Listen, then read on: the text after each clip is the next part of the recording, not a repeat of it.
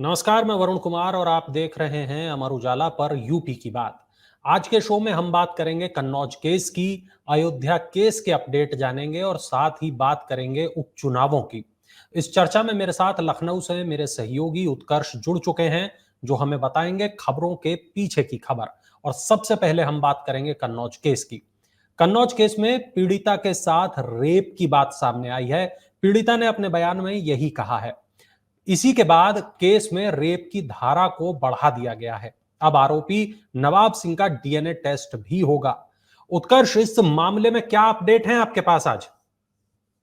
देखिए, कई सारे अपडेट इस मामले में लगातार हैं। जैसा आपने भी बताया वरुण सबसे शुरू में कि इस पूरे मामले में अब जो डीएनए टेस्ट होना है वो तक हमको दिखाई देगा। इसके अलावा कन्नौज केस मामले में जो सबसे बड़ी बात है निकलकर जो आज सामने आ रही है वरुण, वो ये है कि किस तरीके से जो आरोपी नवाब सिंह है, और वही जो बिल्कुल आपने कहा कि वो अब मुसीबत में और ज्यादा फंसता नजर आ रहा है। कल तक जब हम इस पूरे मामले में जानकारी ले रहे थे या जब तक हम इस मामले में बातचीत कर रहे थे, तब तक हमने कहा था कि नवाब सिंह पर रेप की कोशिश का मुकदमा है।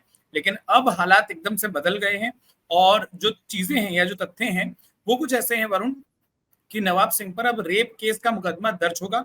जो जानकारी सूत्रों के जरिए मिली है वो ये कि इस पूरे मामले में जो पीड़िता है उसने मजिस्ट्रेट के सामने जो बयान दिया था, पुलिस ने उस बयान को आधार बनाया है। हालांकि देखिए, पहले जो दंड संहिताएं होती थी या जो धाराएं होती थी उसमें हम जरूर कहते थे कि 164 के तहत जो बयान दिया गया है वो अलग होता है। लेकिन 16 अगस्त को इस मामले की सुनवाई होनी है, यानी कल की एक रात है आप मान लीजिए, और परसों इस मामले में कोर्ट जो है वो अब कोई फैसला या कोई फैसला तो नहीं, माफ कीजिएगा, लेकिन रिमांड को लेकर किसी तरीके का आदेश दे सकता है कि पुलिस को रिमांड मिलेगी।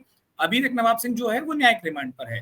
तो दो बातें जो आज सबसे महत्वपूर्ण है, आज का जो अपडेट है, नंबर एक कि नवाब सिंह पर अब रेप का केस चलेगा, और दूसरी बात ये कि पुलिस सूत्रों के जरिए, और ये पूरी बात सूत्रों के जरिए है वरुण, जो मुझे पता चली है वो ये कि पुलिस सूत्रों के अनुसार पुलिस नवाब सिंह की जुडिशियल कस्टडी के बजाय, न्यायिक हिरासत के बजाय पुलिस हिरासत मांगेगी, पुलिस कस्टडी मांगेगी ताकि उससे पूछताछ हो सके। और कई और सारे जो पुलिस को एक तरीके से सबूत चाहिए, साक्ष्य चाहिए, जो चीजों का मिलान करना हो, जो बातें हैं, जो गवाही आई हुई है मजिस्ट्रेट के सामने पीड़िता की, उन तमाम चीजों पर मिलान किया जा सके। उत्कर्ष, ये जो कन्नौज केस है, इस केस के आरोपी नवाब सिंह यादव की तस्वीरें समाजवादी पार्टी के नेताओं के साथ दिखाई दी थी। अब पीड़िता की बुआ की जो तस्वीरें हैं वो बीजेपी नेताओं के साथ दिखी हैं। इसी को लेकर सियासी तकरार भी हो रही है। मैं उत्कर्ष आपसे जानना चाहता हूं कि लखनऊ का माहौल क्या है इसको लेकर? देखिए, बिल्कुल सही तरीके से आपने लखनऊ का माहौल पूछा है। इसका अर्थ बहुत साफ है कि पार्टियों में क्या चल रहा है, जो राजनीतिक दल है उनके मुख्यालय लखनऊ में है, उनमें क्या चल रहा है। और एक तरीके से इस पूरे मामले में जो आरोप प्रत्यारोप का दौर है कि हो सकता है कि हमारे कई दर्शकों को लगे कि ऐसा शब्द है जो हम बार बार कहते हैं, लेकिन सच में ये शुरू हो गया है। और जैसा आपने कहा वही बात कि कल तक भारतीय जनता पार्टी, हमने वो चर्चा भी की थी कि कैसे दिल्ली में प्रेस कॉन्फ्रेंस कर रही है, प्रेस कॉन्फ्रेंस करके बता रही है कि जो नवाब सिंह है उसका जो एक तरीके से लिंक है वो समाजवादी पार्टी के साथ है। वो 5 साल पुरानी चिट्ठी अगर समाजवादी पार्टी निष्कासन की जारी करती है तो भारतीय जनता पार्टी पिछले ही महीने अखिलेश यादव की लिखी हुई चिट्ठी ले आती है। लेकिन अब इस पूरे मामले में जो पीड़िता की बुआ है उसकी तस्वीरें, हालांकि मैं वापस कहूंगा क्योंकि रेप का केस इस मामले में लगा है, तो पीड़िता की बुआ की जो तस्वीरें हैं वो भी हम कोशिश कर रहे हैं कि उस तरीके से ना दिखाएं, लेकिन वो भारतीय जनता पार्टी के और कन्नौज के नेताओं के साथ, और मैं नेताओं के नाम ले दूं तो सुब्रत पाठक जो कि कन्नौज से भारतीय जनता पार्टी के सांसद रहे, और असीम अरुण जो कि वर्तमान में राज्य सरकार में मंत्री हैं और वो कन्नौज से चुनाव लड़ते हैं, उनके साथ सामने आई है।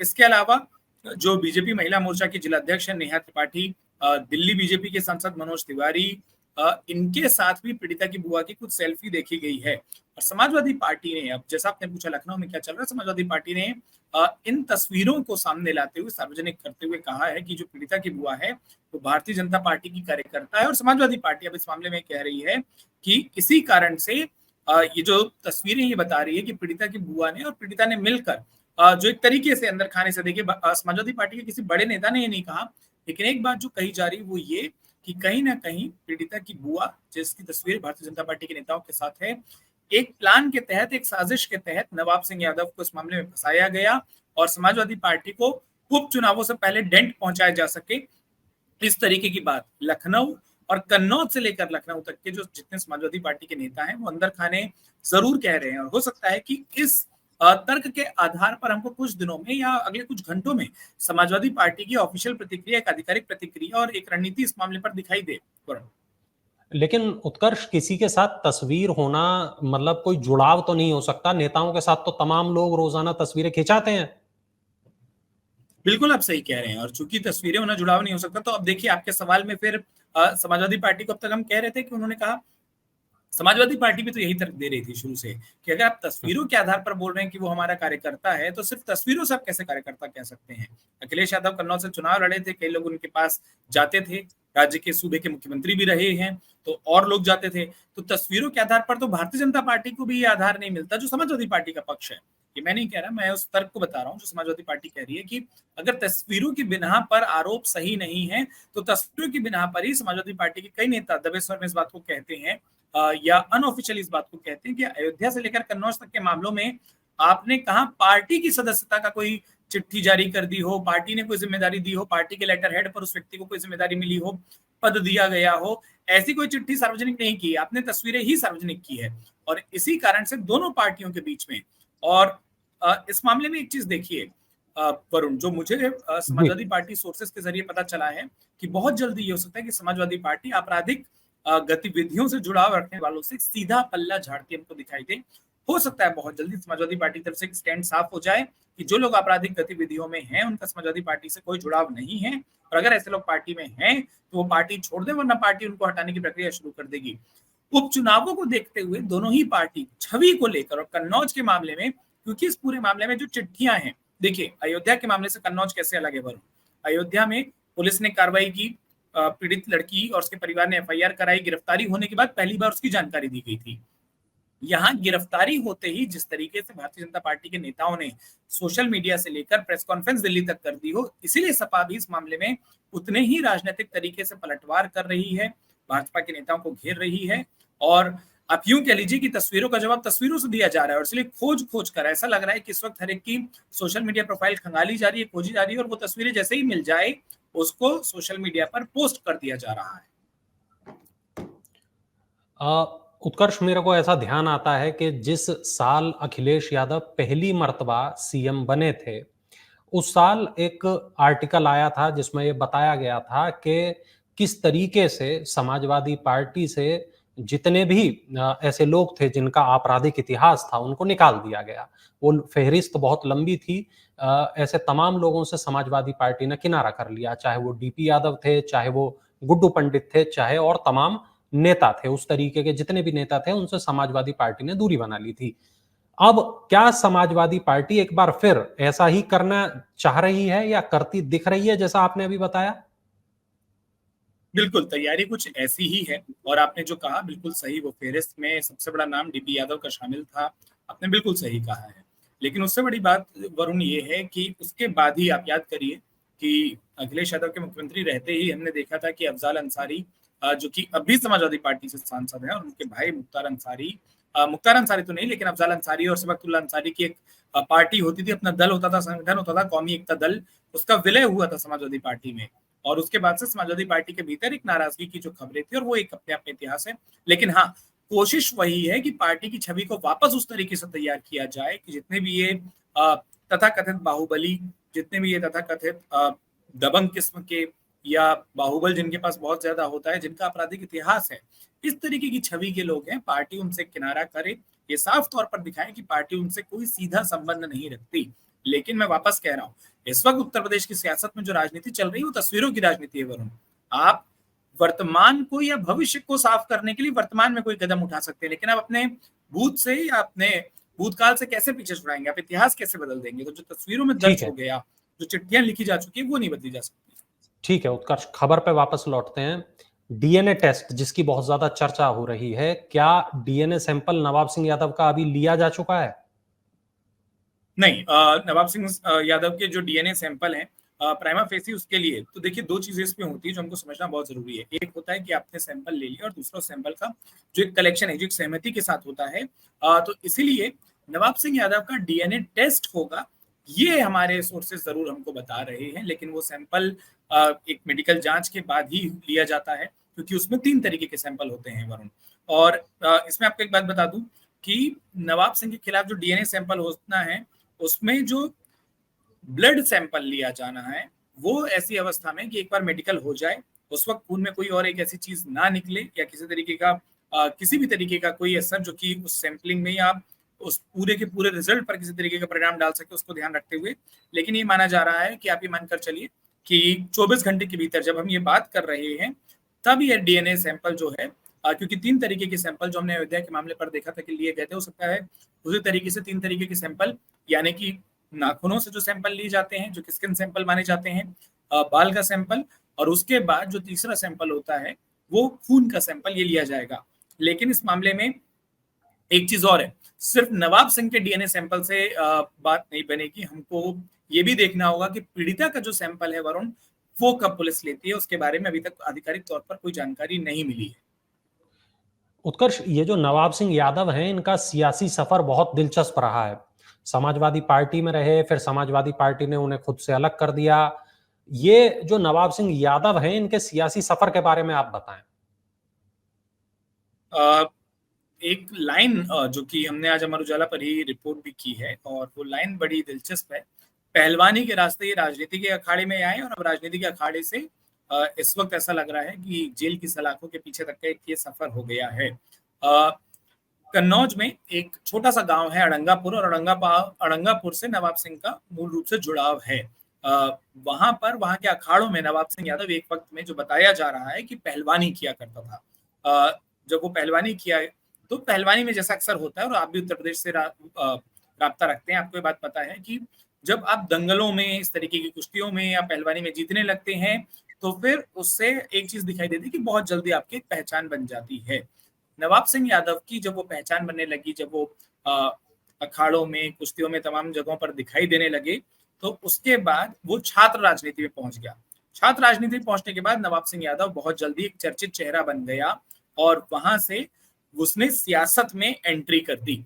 और कन्नौज, जैसा हम कुछ दिन पहले बात भी कर रहे थे कि वो समाजवादी पार्टी का एक गढ़ है, समाजवादी पार्टी का वो एक ऐसा इलाका है जहां पर समाजवादी पार्टी कभी हारती नहीं है, या वो वहां पर काफी मजबूत रहती है। तो ऐसे में जब आप कन्नौज में राजनीति करते हैं तो स्वाभाविक है कि आपका समाजवादी पार्टी के साथ जुड़ाव हो जाए। और वही उसी वक्त की वो तस्वीरें जब नवाब सिंह यादव समाजवादी पार्टी से जुड़े, और उसके बाद समाजवादी पार्टी से अखिलेश यादव के साथ वो तस्वीरें उनकी दिखाई देती है, डिंपल यादव के साथ दिखाई देती है।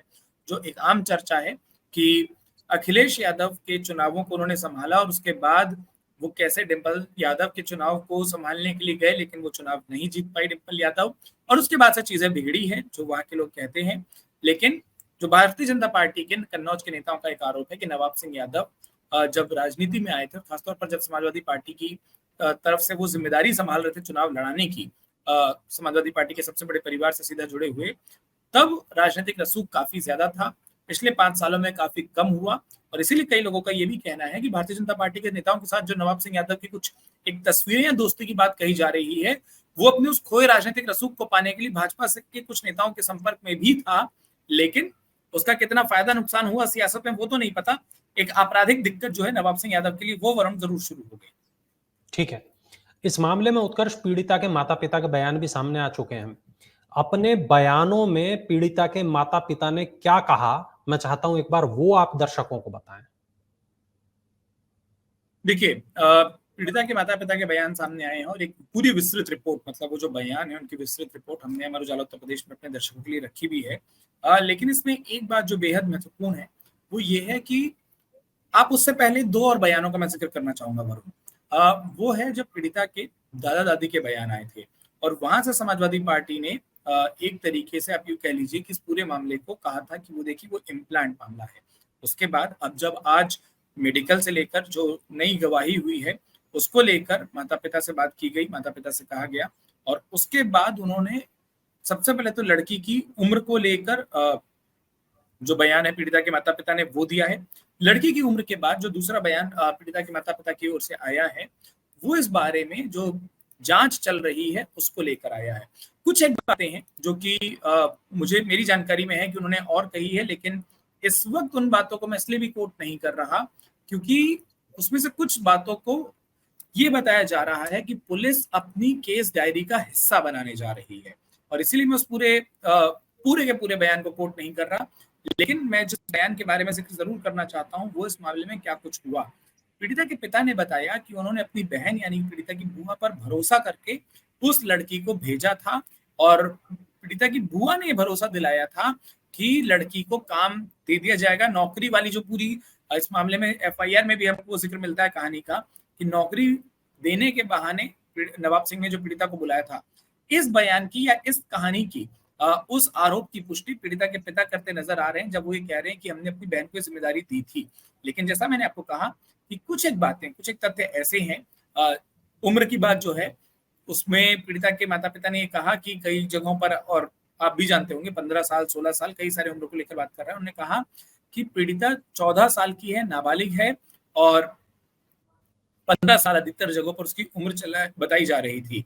और इसीलिए पीड़िता के जो माता पिता हैं उनका लगातार कहना है कि पीड़िता की बुआ के भरोसे पर वो उसको छोड़े थे, दादा दादी के पास वो रहती थी, माता पिता वो वहां पर रोज उसके साथ नहीं रहते थे, वो दूसरी जगह रहते थे, और उनको नहीं मालूम था कि उनकी बेटी के साथ ऐसा कुछ हो सकता है, या इस बारे में कोई जानकारी नहीं दी गई थी कि वो उनको नवाब सिंह के पास ले जा रही है, मिलाने ले जा रही है। ये जरूर उन्होंने स्वीकार किया है कि पीड़िता को नौकरी दिलाने की बात कही गई थी, और उसी आधार पर उनकी जो बहन है, पीड़िता के पिता की बहन यानी वो बुआ जिसके बारे में हम लगातार वो सवाल कर रहे हैं, वो नवाब सिंह के पास ले गई थी। उत्कर्ष, ये जो पीड़िता की बुआ है ये फरार क्यों है और कहां फरार है, और पुलिस को उसके बारे में अभी तक क्या कुछ पता चल सका है? पीड़िता के माता पिता ने जो बुआ को लेकर बातें कही हैं वो क्या कही हैं? देखिए, बुआ को लेकर जो बातें कही वो मैंने अभी अभी आपको बताई कि पीड़िता के माता पिता ने जो जी। कहा है, उन्होंने कहा कि भाई हमारी बहन ने ही भरोसा दिलाया था कि वो पीड़िता को नौकरी दिला देंगे। वो नौकरी नहीं दिलाई, लेकिन उसके साथ ऐसा कुछ हो रहा है या ऐसा कुछ हो जाएगा, इसके बारे में उनको जानकारी नहीं थी। उसके बाद ये कहा गया कि जैसा आपने बोला कि बुआ को लेकर इतने सवाल क्यों उठ रहे हैं, क्योंकि देखिए सबसे पहले जब वो पुलिस का वीडियो सामने आता है, उस वीडियो में बुआ ही सबसे पहले दे रही है, और वो नवाब सिंह के पास बैठी हुई है, और उसके बाद उसके कुछ एक बयान सामने आए जिन बयानों में उसने नवाब सिंह का पक्ष लिया। लेकिन उसके बाद जब मजिस्ट्रेट के सामने पीड़िता का बयान हुआ और पीड़िता ने मजिस्ट्रेट के सामने अपना बयान दिया, जिस बयान के आधार पर इस पूरे मामले में रेप की धाराएं बढ़ा दी गई, उसके बाद से पीड़िता की जो बुआ है वो गायब है, और इसीलिए पुलिस को शक ये हो रहा है कि उसकी संलिप्तता भी इस मामले में है। वो लगातार, जैसे उसने पहले सामने आकर बयान दिया, नवाब सिंह का पक्ष लिया, और उसके बाद पीड़िता के उस नाबालिग के मजिस्ट्रेट को दिए बयान के बाद वो गायब हो जाती है। पुलिस का ये मानना है कि पीड़िता की जो बुआ है वो इस मामले में संलिप्त है, वो इस मामले में सीधा सीधा जुड़ी हुई है, इन्वॉल्व है। और अब जब पीड़िता खुलकर अपनी बात कह रही है, पुलिस इस मामले की जांच बढ़ा रही है और ये मामला इतना हाई प्रोफाइल हो गया है, उसको गिरफ्तारी का डर है, उसको अपनी संलिप्तता के उजागर हो जाने का डर है, और चूंकि माता पिता भी यहाँ पहुंच गए हैं और कुछ तथ्यों को वो भी सामने रख रहे हैं, इसलिए वो फरार हो गई है। कन्नौज पुलिस के सूत्रों के मुताबिक एक अलग टीम है जो पीड़िता की बुआ की तलाश में लगाई गई है, और हो सकता है कि जल्दी वो भी पुलिस गिरफ्त में हमको दिखाई दे, क्योंकि कल तक वो ट्रेसेबल थी, वो मीडिया से बात कर रही थी, उसके बयान सामने आ रहे थे, तो वरुण कल तक तो सब कुछ पता था, और पुलिस को ये लग रहा था कि वो लगातार बात कर रही तो यही होगी, लेकिन अचानक से जैसी पुलिस के मजिस्ट्रेट के पास पीड़िता को ले जाया गया तब से वो गायब है। ठीक है उत्कर्ष, एक सवाल मेरा ये है कि कॉलेज में सीसीटीवी कैमरे लगे थे, उनसे पुलिस को कुछ मिल पाया है क्या? देखिए, रविवार की देर रात को जो सीसीटीवी जहां स्टोर होता है, जिसको हम डीवीआर कहते हैं, जी। उनकी छानबीन शुरू हुई है। एक केवल सीसीटीवी नहीं है, सीसीटीवी कई हैं, और डीवीआर की फुटेज जो है वो कई घंटों की है, मतलब रियल टाइम फुटेज है। तो अगर 24 एक दिन का पूरा डीवीआर है तो 24 घंटे की फुटेज है, और अगर मान लीजिए 10 कैमरे हैं तो आपको 240 घंटे की फुटेज को देखना है। इसीलिए जांच शुरू हो गई है, ऐसा नहीं है कि वो फुटेज नहीं मिले हैं, डीवीआर मिल गया है, पुलिस ने डीवीआर को जब्त कर लिया है। अब वो जो तमाम जो फुटेज होती है उसको एनालाइज करना शुरू कर दिया गया है, लेकिन घंटों की फुटेज है, तो 24 घंटे के भीतर ये मुश्किल होगा ये कह पाना कि कुछ मिल गया है। लेकिन ये जरूर है कि वो जो पुलिस सीसीटीवी के जरिए पता लगाने की कोशिश कर रही है, क्योंकि देखिए आरोपी गिरफ्त में है, जो चीज मेरे ख्याल से सीसीटीवी के जरिए जिस चीज का मिलान हो रहा होगा, और जो पुलिस सूत्र भी हमको बता रहे हैं कि वो जो कहानी है कि कितने बजे आप आए, कैसे आए, क्या वहां पर कोई और भी था, पुलिस के आने से पहले क्या कोई और वहां से निकला है, या पीड़िता और पीड़िता की बुआ जब वहां पहुंचे तब कोई और पहले से मौजूद था और क्या वो निकला, और ऐसे व्यक्ति को फिर क्या गवाही में शामिल किया जा सकता है, नहीं किया जा सकता है, सीसीटीवी की फुटेज खंगालने का मुख्य उद्देश्य यही है, और उसमें अगर कोई और ऐसी बात निकलकर सामने आती है जो तथ्यों में नहीं रही, मान लीजिए कोई बीच में निकला, कोई और व्यक्ति बीच में शामिल रहा और वो पुलिस के आने से पहले वहां से चला गया, तो हो सकता है पुलिस की जो केस डायरी है उसमें मॉडिफिकेशन आएगा। लेकिन अभी भी जो तमाम फुटेज हैं वो खंगाले जा रहे हैं। उसकी जो पूरी की पूरी फुटेजेस हैं उसको मिनट टू मिनट देखा जा रहा है, और इसलिए वरुण जो समय है वो ज्यादा लग रहा है, लेकिन पुलिस सूत्रों के मुताबिक अगले 48 घंटों के भीतर सीसीटीवी की रिपोर्ट जो है वो भी आ जाएगी। जरूरी होगा तो चीजें सार्वजनिक होंगी, लेकिन मुझे लगता है अधिकतर चीजें सार्वजनिक नहीं होंगी, वो हमारे सूत्रों के जरिए हम तक आएंगी। वो पुलिस की डायरी का ही हिस्सा बनेगी जो सीधा अदालत में पेश की जा सके। उत्कर्ष, इस मामले पर एक और सवाल है, आखिरी सवाल है।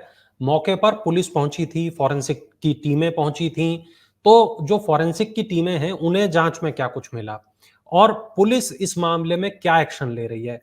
क्योंकि खबरें ये हैं कि योगी इस मामले से बहुत ज्यादा नाराज हैं, खफा हैं, बड़े एक्शन की तैयारी हो रही है, तो पुलिस का क्या एक्शन अभी तक सामने आया है? फॉरेंसिक टीम को अभी तक मिला क्या है? देखिए, पहली बात तो इसमें एक चीज हमको जो ध्यान देनी है कि जो फॉरेंसिक टीम है वो दो एंगलों से इस पूरे मामले की जांच कर रही है। एक कि कोई जिसको हम बोलते हैं फिजिकल सबूत, कि पीड़िता या नवाब सिंह या उसकी बुआ जो उस परिसर में मौजूद थे, और अगर इसके अलावा भी कोई था, तो मान लीजिए आपने कोई गहना पहना होता है, कोई भी चीज होती है, किसी तरीके का फिजिकल सबूत क्या उस परिसर में छूटा हुआ है, उसकी जांच मिल जाए, ताकि ये पुष्ट किया जा सके कि हाँ, जो एफआईआर में बात कही गई कि वो वहां मौजूद थे। सीसीटीवी के अलग अगर सीसीटीवी फुटेज में मान लीजिए कुछ नहीं मिलता, तो कम से कम एक तो वो स्टेब्लिश किया जा सके। दूसरा, कई बार ये होता है कि तरीके के भागने दौड़ने, जैसा पीड़िता ने कहा कि उसने वो उस दौरान वहां से भागी, उस दौरान ये होता है कि भागने दौड़ने के दौरान किसी तरीके की चोट, किसी तरीके की चीज को कोई चोट, या फिर वहां पर जो फिंगरप्रिंट्स होते हैं वो तमाम चीजों को एविडेंस कलेक्शन के लिए बहुत महत्वपूर्ण माना जाता है। और फॉरेंसिक टीम जांच इसीलिए कर रही है कि इस मामले के एविडेंस मजबूत की जा सके। जैसा आपने कहा, लखनऊ में शासन के स्तर पर यह साफ है कि महिला अपराध से जुड़े मामलों में हील हवाला नहीं होना चाहिए, और इसीलिए पुलिस अपनी केस डायरी को मजबूत करने के लिए, चाहे वो सीसीटीवी फुटेज हो, चाहे वो फॉरेंसिक एक्सपर्ट हो, और मुझे लगता है एक दो दिनों में जो डीएनए सैंपलिंग का काम है पीड़िता का और आरोपी का दोनों का, वो भी ले लिया जाएगा और वो भी सैंपल भेज दिया जाएगा मिलान के लिए। तो वो जो तमाम चीजें हैं वो इसलिए तैयार की जाती है कि सिर्फ एक गवाही पर या एक जो कहानी है, जो एक तथ्यात्मक कहानी रखी गई है, सिर्फ उसके आधार पर पुलिस अदालत पर ना पहुंच जाए और किसी तरीके के दांवपेच में पुलिस के केस कमजोर ना हो। अतिरिक्त तरीके से जो सपोर्टिंग सबूत होते हैं वो उस पूरे केस को सपोर्ट कर सके, उस केस को और मजबूत बना सके, इसलिए अलग अलग स्तरों पर पुलिस इस मामले में जांच कर रही है। ठीक है, चलिए उत्कर्ष, बात अयोध्या केस की करते हैं। गैंगरेप का शिकार हुई पीड़िता किशोरी को जिला महिला अस्पताल में शिफ्ट किया गया है। उत्कर्ष, पीड़िता की तबीयत अभी कैसी है? देखिए, पीड़िता की तबीयत के बारे में जो हमको जानकारी मिली है वो ये है, बहुत ज्यादा चिंता की बात नहीं है, लेकिन पीड़िता प्रिकॉशन में रहे, डॉक्टरों की निगरानी में रहे, और उसके साथ साथ ईश्वर न करे, खुदा न खास्ता, अगर किसी तरीके की कोई दिक्कत होती है तो उसको त्वरित उपचार मिल सके। और खास तौर पर जैसा मैंने आपको कहा कि मुख्यमंत्री योगी आदित्यनाथ ने अयोध्या में पीड़िता के परिवार से मुलाकात की थी और उन्होंने स्वास्थ्य और सुरक्षा दो बातों को लेकर चिंता जताई थी। इसी बात को ध्यान में रखते हुए पीड़िता को एक बार फिर से, मैंने आपको कुछ दिन पहले बात बताई थी, जिस दिन लखनऊ से पीड़िता को शिफ्ट किया गया था उस दिन भी उसको अस्पताल ले जाया गया था, और उसके बाद ये बात थी कि उसको अब हो सकता है कि घर पर भेज दिया जाए प्राथमिक के बाद। लेकिन जो जानकारी मिली है कि एक, उसको किसी तरीके की अगर जरूरत हो तो वो मदद मुहैया कराई जा सके। दूसरा, एक ट्रॉमा होता है, नाबालिग है, उस ट्रॉमे से रिकवर करने का वक्त मिले, वो वहां पर बेहतर और सुरक्षित माहौल में रहे, इसलिए उसको अस्पताल में रखा गया है। चिंता जैसी कोई बात नहीं है। उत्कर्ष, एक सवाल इस पूरे मामले में मेरा यह है कि मोईद खान और राजू खान के डीएनए सैंपल तो लिए जा चुके हैं, लेकिन इनके मिलान की कोई प्रक्रिया शुरू हो पाई है क्या? इस बारे में कोई जानकारी? जी, दोनों के ही जो सैंपल थे, पीड़िता का भी जो सैंपल था, वो लैब में भेजा गया है, जो हमारे पास सूत्रों के जरिए जानकारी है। लैब में जो टेस्टिंग की एक प्रक्रिया होती है वो शुरू हो गई है, लेकिन उसमें कई बार ये होता है कि जब आप सैंपलों के मिलान को शुरू करते हैं कुछ केमिकल्स के साथ, अपने अपने तरीके के जो प्रयोग होते हैं उनके साथ, तो उसको प्रिजर्व रखना होता है कई घंटों, और कई बार कुछ एक मामलों में कई दिनों तक, अलग अलग तरीके की टेस्ट रिपोर्ट्स के लिए। तो प्रक्रिया शुरू हो गई है, लेकिन कुछ एक मामलों में जो वक्त उस प्रक्रिया में लगता है वो उतना ही लगना है। तो हो सकता है कि इस मामले में भी मैं आपको ये कहूं कि सप्ताह अंत तक कोई शायद इससे जुड़ी डीएनए टेस्ट से जुड़ी कोई जानकारी हमारे पास आ पाए, लेकिन जो पूरी रिपोर्ट होगी उसको, और हमने पहले भी देखा है वरुण कि ऐसे मामलों में एक डिटेल्ड रिपोर्ट डीएनए की होती है, उसको आने में महीनों तक लग जाते हैं। तो इसलिए हर दिन ये कहना, और कई बार सोशल मीडिया पे इस तरीके की चीज चलती है कि आज एक डीएनए रिपोर्ट आ गई, आज एक डीएनए रिपोर्ट आ गई। अमूमन जो लोग इस बात को जानते हैं, डीएनए रिपोर्ट इस तरीके से हर एक दिन तैयार होकर नहीं आती है। जी, चलिए उत्कर्ष, अब बात उपचुनावों की कर लेते हैं। मुरादाबाद जिले की कुंदरकी विधानसभा उपचुनाव को लेकर अपडेट क्या है आपके पास? समाजवादी पार्टी, कांग्रेस, बसपा, भाजपा क्या तैयारी कर रहे हैं और इस सीट के समीकरण क्या हैं? देखिए, कुंदरकी बाई इलेक्शन में बात कर लें तो कुंदरकी एक ऐसी सीट रही है कि इस बार ऐसा लग रहा है कि बड़ा रोचक मुकाबला होने जा रहा है। उसका हम्म, कारण कारण ये है कि कुंदरकी परंपरागत तौर पर वरुण मानी जाती है, जहां बहुजन समाज पार्टी के भी वोटर हैं, और एक वोट बैंक जरूर निश्चित तौर पर होता है। भले ही बसपा को बहुत चुनावी फायदा ना मिला हो, लेकिन एक वोट बैंक, एक चंक होता है जो वहां पर मौजूद है। चूंकि इस बार बसपा उपचुनाव लड़ने जा रही है, इसलिए माना जा रहा है कि इस बार यहाँ मुकाबला त्रिकोणीय हो जाएगा। और अगर गठबंधन में किसी तरीके के दांव पेच दिखते हैं तो शायद एक दो कोण और दिखाई दे। निर्दलीय उम्मीदवार कौन होते हैं, इस पर भी बड़ा बड़ी नजर रहेगी। पिछले 6 चुनाव का आपको एक अपडेट बताता हूँ। पिछले 6 चुनाव जो कुंदरकी में हुए थे वरुण, उसमें से 4 बार समाजवादी पार्टी इसको जीती है। ऐसा नहीं है कि बसपा का वोट बैंक होने से समाजवादी पार्टी के लिए या बाकी पार्टियों के लिए मौके कम हो जाते हैं, लेकिन इसमें एक बार जो 2 बार जो बात है वो बसपा जीती। तो पिछले 6 चुनावों से भारतीय जनता पार्टी सीट को नहीं जीत पाई है।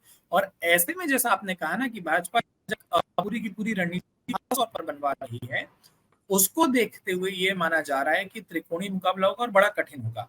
भाजपा की ओर से हमने कहा था, मंत्रियों से लेकर जो प्रमुख चेहरे हैं उनकी टीम बन चुकी है।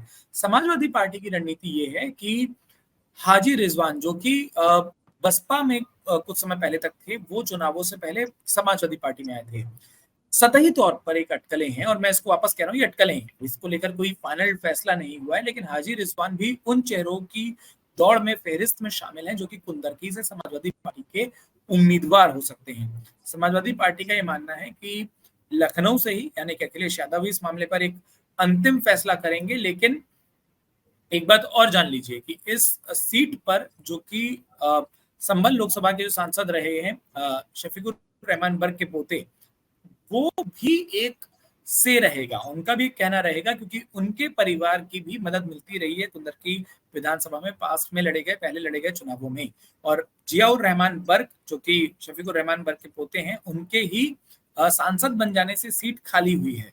तो परिवार से ना सही, लेकिन उनकी सहमति से एक फैसला होने की समाजवादी पार्टी में उम्मीद है। और जैसा मैंने आपको कहा, हाजी रिजवान एक बड़ा नाम है, 3 बार वो विधायक रहे पिछले 6 चुनावों में। जियाउर रहमान बर्क से भी पहले वही इस सीट से विधायक थे, तो हो सकता है कि अब दोबारा उनको भी मौका दिया जाए।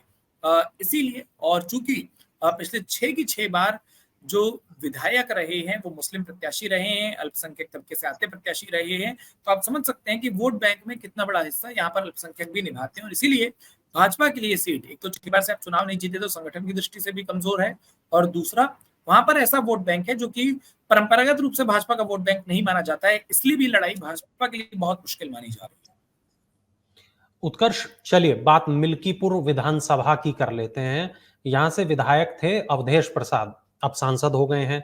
सपा यहां बहुत कॉन्फिडेंट दिखाई दे रही है, लेकिन बाकी पार्टियों की क्या तैयारी है और भाजपा यहां के लिए क्या खास प्लान कर रही है, क्योंकि सीएम योगी खुद यहां कमान संभालते हुए दिख रहे हैं। देखिए, आपने बिल्कुल सही कहा कि मुख्यमंत्री योगी आदित्यनाथ ने खुद मिल्कीपुर विधानसभा की जो कमान है वो अपने हाथों में ले रखी है। लेकिन इसमें एक बात हमको ध्यान रखनी होगी कि मिल्कीपुर के मामले में मैं ये कह सकता हूँ कि तीनों ही पार्टियां एक तरीके से, भाजपा को उसमें थोड़ा सा एज है, थोड़ी सी बढ़त है, लेकिन तीनों ही पार्टियां तैयारियों के क्रम में बराबर दिखाई दे रही हैं। आपने अवधेश प्रसाद का नाम लिया। अवधेश प्रसाद न सिर्फ उस सीट के पूर्व विधायक थे, वो उस वर्तमान संसदीय क्षेत्र के न सिर्फ सांसद हैं, बल्कि वो इस उपचुनाव के लिए समाजवादी पार्टी के प्रभारी भी हैं। तो उनका जो कनेक्शन है, उनका जो नाता है, वो मिल्कीपुर से अलग नहीं किया गया है, वो नहीं तोड़ा गया है। मुख्यमंत्री योगी आदित्यनाथ ने खुद इस सीट की कमान संभाली है, 2 बार वो जा चुके हैं। मैं कल भी कहा था, मैं फिर से कह रहा हूँ, अब तक उस कार्यक्रम में मेरी जानकारी में कोई बदलाव नहीं हो रहा है। सूत्रों के मुताबिक जो जानकारी है कि इस हफ्ते के अंत में एक बार फिर से यानी तीसरी बार 2 हफ्तों के भीतर मुख्यमंत्री योगी आदित्यनाथ अयोध्या और उसमें भी मिल्कीपुर हो सकता है कि वो जाएं। कांग्रेस ने भी यहां से प्रत्याशी माफ कीजिएगा प्रभारी का ऐलान कर दिया है। और इसके अलावा बहुजन समाज पार्टी की जो मीटिंग हुई थी रविवार को, उसमें मिल्कीपुर सीट को खास तौर पर डिस्कस किया गया और उनका ये कहना था कि मिल्कीपुर से चूंकि समाजवादी पार्टी ने एक ऐसे वर्ग से प्रत्याशी दे दिया जो परंपरागत रूप से हमारा वोट बैंक रहता था, इसीलिए वोट शिफ्ट हो गया। लेकिन उपचुनाव में अगर हम उस वोट बैंक पर वापस ये भरोसा दिलाएं कि हम तो लगातार आपके साथ बने रहते हैं, और समाजवादी पार्टी ने सिर्फ एक बार ऐसा प्रयास किया था, ये नारा बसपा लेकर जमीन पर जाना चाहती है। लेकिन इसमें सिर्फ एक पेच है कि समाजवादी पार्टी और उम्मीदवार किस वर्ग को बनाती है। अगर उसी वर्ग से होता है तो बसपा और सपा का एक वर्ग का भी हमको देखने को मिल सकता है कि उम्मीदवार हो। और उससे बड़ी बात, भाजपा के सामने चुनौती ये है कि वो किसको उम्मीदवार बनाए। जो उनके लिए जीते थे, क्या उनको ही उम्मीदवार बनाया जाए या फिर किसी नए व्यक्ति को, ताकि एक जो हम कहते हैं कि हार के बाद, पराजय के बाद जिन लोग जिम्मेदार रहे उनको पराजय का जो कारण है या जो ठीक रहा है वो उनके सर पर फूटे, और नए चेहरों को अवसर दिया जाए जिसमें एक नई ऊर्जा दिखाई दे वो हो, और साथ में जिस तरीके से खुद मुख्यमंत्री योगी आदित्यनाथ की कमान है वो दिखाई दे। लेकिन कुछ चीजों पर एक असमंजस बना हुआ है। हाई प्रोफाइल सीट है, प्रचार देखने को मिल रहा है, प्रचार किसके लिए हो रहा है ये गायब है। चर्चाओं में अभी तक नाम नहीं आ पाए हैं भाजपा की ओर से। समाजवादी पार्टी की ओर से जरूर हमने जैसा कहा ये कटकल ये है कि अवधेश प्रसाद के ही बेटे वहां से समाजवादी पार्टी के उम्मीदवार हो सकते हैं। ठीक है, उत्कर्ष, मुजफ्फरनगर के मीरापुर विधानसभा की बात करते हैं। वहां पर भी उपचुनाव होने हैं, लेकिन यहां के सपा नेता अखिलेश के सामने ही एक दूसरे से उलझ पड़े। एक तो उत्कर्ष, मैं ये जानना चाहता हूं ये मामला क्या है, और साथ ही इस सीट का समीकरण भी बताएं। देखिए, मीरापुर भी एक ऐसी सीट है जिसमें जिसके साथ सबसे बड़ी दिक्कत तो इस वक्त भारतीय जनता पार्टी की खेमे से बात करें तो ये है कि क्या ये सीट भारतीय जनता पार्टी लड़ेगी या फिर ये माना जाए कि ये सीट गठबंधन को चली जाएगी। क्योंकि मीरापुर हमारी जो जानकारी है उस पर राष्ट्रीय लोकदल जयंत चौधरी की जो पार्टी है वो भी कहीं ना कहीं दावा पेश कर रही है। उसका भी मानना है कि उनको ये सीट मिलनी चाहिए। अब क्या ऐसा भाजपा करती है या नहीं करती है ये देखने वाली बात होगी। जहां तक रही समाजवादी पार्टी की बात, लेकिन उससे पहले भाजपा में एक बात और साफ कर दूं, एक बड़ा चर्चित नाम है और पश्चिमी उत्तर प्रदेश से भी वास्ता रखते हैं, संजीव बालियान का। और संजीव बालियान को इस बार लोकसभा चुनाव में हार मिली थी। क्या वो उत्तर प्रदेश विधानसभा में जा सकते हैं? लखनऊ में एक चर्चा और एक अटकल ये है कि हो सकता है कि उनको सदन से दूर ना रखा जाए। और ऐसे में हरेंद्र मलिक के सामने वो हारे थे, लेकिन जिस तरीके से हमने देखा सुरेश राणा, संगीत सोम, ये तमाम वो लोग हैं जो कि उत्तर प्रदेश विधानसभा के सदस्य हैं। उसी तरीके से क्या संजीव बालियान को मीरापुर विधानसभा में उम्मीदवार बनाकर लखनऊ में भेजा जा सकता है या विधानसभा में भेजा जा सकता है, ये एक बड़ा सवाल है। लेकिन उससे बड़ी बात, क्या रालोद ये सीट ले लेगी, आरएलडी को सीट मिल जाएगी? अब ये जब तक तय नहीं होगा भाजपा की दृष्टि से या गठबंधन एनडीए की दृष्टि से, इस मामले में कई दिक्कतें हैं। जो दूसरी आपने बात कही कि क्या हुआ समाजवादी पार्टी के भीतर, उसमें ये पता चला है कि समाजवादी पार्टी में लोकसभा चुनाव को लेकर जो गुटबाजी की खबरें हैं वो खुलकर सामने आई हैं। और ये सब कुछ हुआ है पार्टी दफ्तर में। अखिलेश यादव के सामने कुछ चीजें हुई और बताया ये गया कि अखिलेश यादव जब नहीं थे तब कुछ चीजें हुई। इसमें हुआ ये कि मेरठ के जो समाजवादी पार्टी के नेता थे उनको बुलाया गया था और मीरापुर को लेकर भी एक आदेश दिया था। हो सकता था कि आसपास के जिलों के तमाम नेताओं को उपचुनावों की दृष्टि से एक जगह पर भेजा जाए। लेकिन मेरठ में जो समाजवादी पार्टी को भारतीय जनता पार्टी के सामने हार मिली थी और वो करीब 10-11 हजार का अंतर रहा था, उसको लेकर मेरठ के जो पार्टी नेता हैं जिसमें योगेश वर्मा, जिनकी पत्नी ही ये चुनाव लड़ी थी, वो हमने पहले भी देखा है कि अतुल प्रधान वो वहां से एक समय उम्मीदवार तक घोषित हो गए थे, वो प्रभुदयाल वाल्मीकि, साथ ही साथ शाहिद मंसूर, कई ऐसे नेता थे जो मौजूद थे और उनमें कहासुनी हो गई, उनमें कहासुनी हुई और मेरठ के नेता जो है वो मेरठ की हार को ज्यादा डिस्कस करने लग गए। मीरापुर पर ये चर्चा नहीं हो पाई और जब तक अखिलेश यादव के सामने वो बैठक में पहुंचते, जो तनातनी होनी थी, जो गर्मा गर्मी होनी थी, वो हो चुकी थी। जो सुर थे वहां पर अखिलेश यादव के सामने लोगों ने एक दूसरे को आप यूं कह लीजिए जिसको हम कहते हैं नीचा दिखाने की कोशिश या काटने की कोशिश, वो तो जरूर की, लेकिन वहां कोई सामने बहस नहीं कर रहा था। लेकिन जो पार्टी मुख्यालय में हुआ उसकी जानकारी अखिलेश यादव को मिली, अब उन्होंने इस मामले में पूरी रिपोर्ट मांगी। ठीक है, बहुत शुक्रिया उत्कर्ष, इस तमाम सवालों का आपने जवाब दिया है उसके लिए। और एक सवाल अब दर्शकों से, आपको हमारा ये शो कैसा लगता है? कमेंट बॉक्स में हमें ये ज़रूर बताएं। और अमर उजाला उत्तर प्रदेश चैनल पर आपको विधानसभा उपचुनाव से जुड़ी तमाम खबरें मिलेंगी। साथ ही कन्नौज केस से जुड़ी खबरें भी वहां आपको देखने के लिए मिलेंगी। तो उस चैनल को सब्सक्राइब कर लें। कल फिर मिलेंगे एक नए एपिसोड के साथ। आप देखते रहिए अमर उजाला। अगर आप ये वीडियो YouTube पर देख रहे हैं तो हमारे चैनल को सब्सक्राइब करें और बेल आइकन को दबाना ना भूलें। अगर आप Facebook पर ये वीडियो देख रहे हैं तो हमारे पेज को लाइक करें।